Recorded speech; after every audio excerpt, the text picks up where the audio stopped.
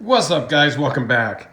Today we have a phenomenal knife that has taken me a while to get. This is mine.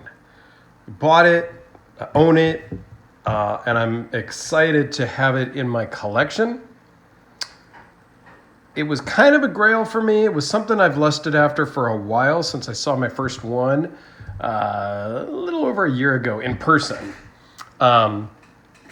A buddy of mine had one at a barbecue we were at, and I just thought it was awesome. His is a little different configuration. These are all custom made by Eric Luther. This is the Orphan model, and it comes in just, packaging is important.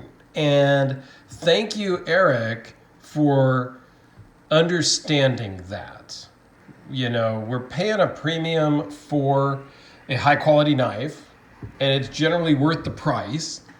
But when you're spending over $1,000 for a knife, you don't really want it to just come in a cardboard box or just wrapped in a piece of bubble wrap, stuck in in some just random cardboard box and shipped to you. At a minimum, you want a zippered pouch, right? But when you spend $1,000, $2,000, $3,000 and it comes in a pouch like this, in just a brown cardboard shipping box, it's a little bit of a letdown. For me personally, when I open up the cardboard shipping box and I see a wooden case kind of embossed, engraved, if you will, carved in, I guess, that's exciting. So I applaud you, Eric, for taking the time and effort to do that. I think that adds a lot of perceived value to the item that is inside of a nice packaging. So let's open this up. And, it comes with a business card, a sticker, and the certificate of authenticity, which you can kind of glance at for a second. There was also what looks like a keychain in the box as well that I'm just grabbing here off screen. I took it out of the box, but I guess this is a keychain. I'm not 100% sure, but pretty cool.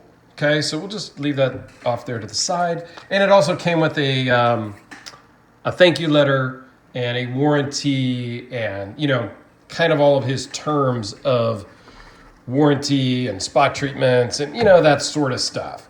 And it's a beautiful, foamed box with a cutout for the actual knife. It's just done fantastically. A little felt on the top of the box. So it's just awesome. That adds a layer. It just ups it. It's a level of refinement. It just, Anyway, let's get on to the actual knife, which is not a small knife by any means. It's not the biggest knife I have, but it's not a small knife at all. But still very pocketable. Very friendly to carry around, and it's just, the positives so far outweigh the size. So it's 5 3/4 inch closed, and that's to the very edge of this backspacer lanyard hole, that's to the far back end of this. Okay, beautiful Damascus, which we'll get into. Overall length is a little weird to measure, but it's 9 3/8 from the tip to the tip. The blade length from the end of the scale to the tip of the blade is 3.8 inches with an edge length of 3.55. Has a good size finger choil here. So this is obviously a Damascus blade. This is a low layer Sanmai construction with an XHP core, and you can see here, I love the Sanmai because you can see the core. It's just so beautifully done. Damn. and all the way through to the flipper tab. If it will adjust here. That's what's really nice. It's just, God, yeah, it's just beautiful. Okay. Where was I? So the blade thickness, again, it's not a small knife, is 0.195. Overall thickness of 0.631 minus the clip, and it comes in at 11 ounces. I know that's going to freak a lot of people out. I have been used to carrying big Medfords, big Phil Harveys. I carry around a lot of bigger blades in general, so that doesn't bother me at all. I can totally carry this. So now the action on this, because it runs on bearings, is, and you saw in my unboxing, you want to make sure your finger is out of the way because it rockets shut. I even tried to tighten the pivot just a hair, and it basically wouldn't tighten. I think it's as tight as it goes. I don't know. I'm going to play with it a little more. But it has a two-tone finish with Cerakoted black that's milled out and then Cerakoted, and then the perimeters are all Cerakoted as well. And you have that same treatment on the backside and on the clip. So the perimeters of the clip are all Cerakoted. The logo there is Cerakoted, hardware Cerakoted. Just a beautiful knife. Let's see if we can just zoom in and really take a look at the Sanmai Damascus. It's just stunning. It really is.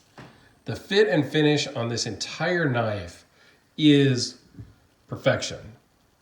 A little bit of a gap there, which I like because it slides in and out of the pocket exceptionally well with enough retention that it's not going to fall out. It's just not. Partially that's because of the weight of the knife is holding it in the pocket as well. It's very sharp. It gets relatively thin behind the edge. See if we can even show that here. It's not going to want to focus very well, but it is definitely a sharp knife. Again, that's why you got to be careful as you're closing it because it will just drop shut. You can thumb it open, no problem. You can Spidey flick it, no problem. And the flipper tab, of course, works flawlessly. I absolutely love the design. It feels fantastic in my hand. There is jimping up here, and it is relatively aggressive. So yes, it would it could tear apart your thumb if you were, to drag it across. But for this knife, it works. It just feels good in the hand. The clip you can feel a little bit as a little bit of a hot spot, maybe. But again, I'm not going to do a lot of hard work with this. So in reading through his paperwork, he talks about spot treatments, and it's not something he really does because he thinks knives should be used. So I will have to find some stuff to use this on, Eric, because I don't want to disappoint you. This was made in May of 2020. I believe I am the third owner. A mutual friend of mine had it, offered it to me for sale. At the time, I couldn't buy it. I said, but I know somebody who might. I hooked those two gentlemen up. My second friend bought it immediately and basically told me that he'll hold it until I'm ready to buy it because he knew I wanted it. So he did, and we worked out the deal. Basically paid him what he paid my first friend, and away we go. Here it is, came in a few days ago, and I really can't put it down. It's just fantastic. So now that we're almost 10 minutes in and everybody's probably already signed off, let's do a couple size comparisons and wrap this baby up. So here it is next to the Sharpie. We lay that on top because of the angular nature of this. The handle's the same size as a Sharpie, basically. The Spyderco Delica is dwarfed by this. No question. Again, it's not a small knife. How about the Endura? Does that come close? It does. In length, it's very similar, but not in just presence. What else I got here? I've got the Chris Reeve Large Sebenza 21. Again, it's dwarfed by, everything is basically dwarfed by the Orphan. Now, these are all custom made by Eric, handmade one by one in South Carolina. So they don't come up all the time. People are on his books for a while. Yeah, it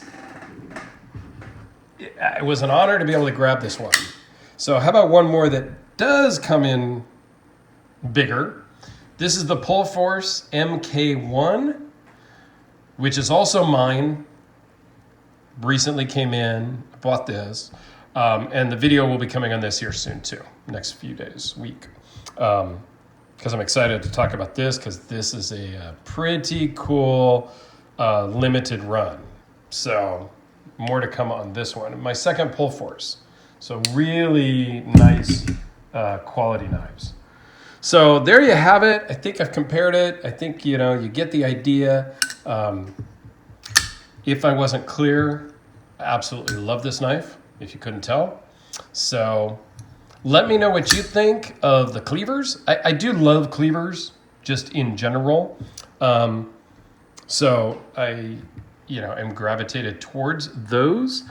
And just the action, the handmadeness, and the quality, it just draws me in.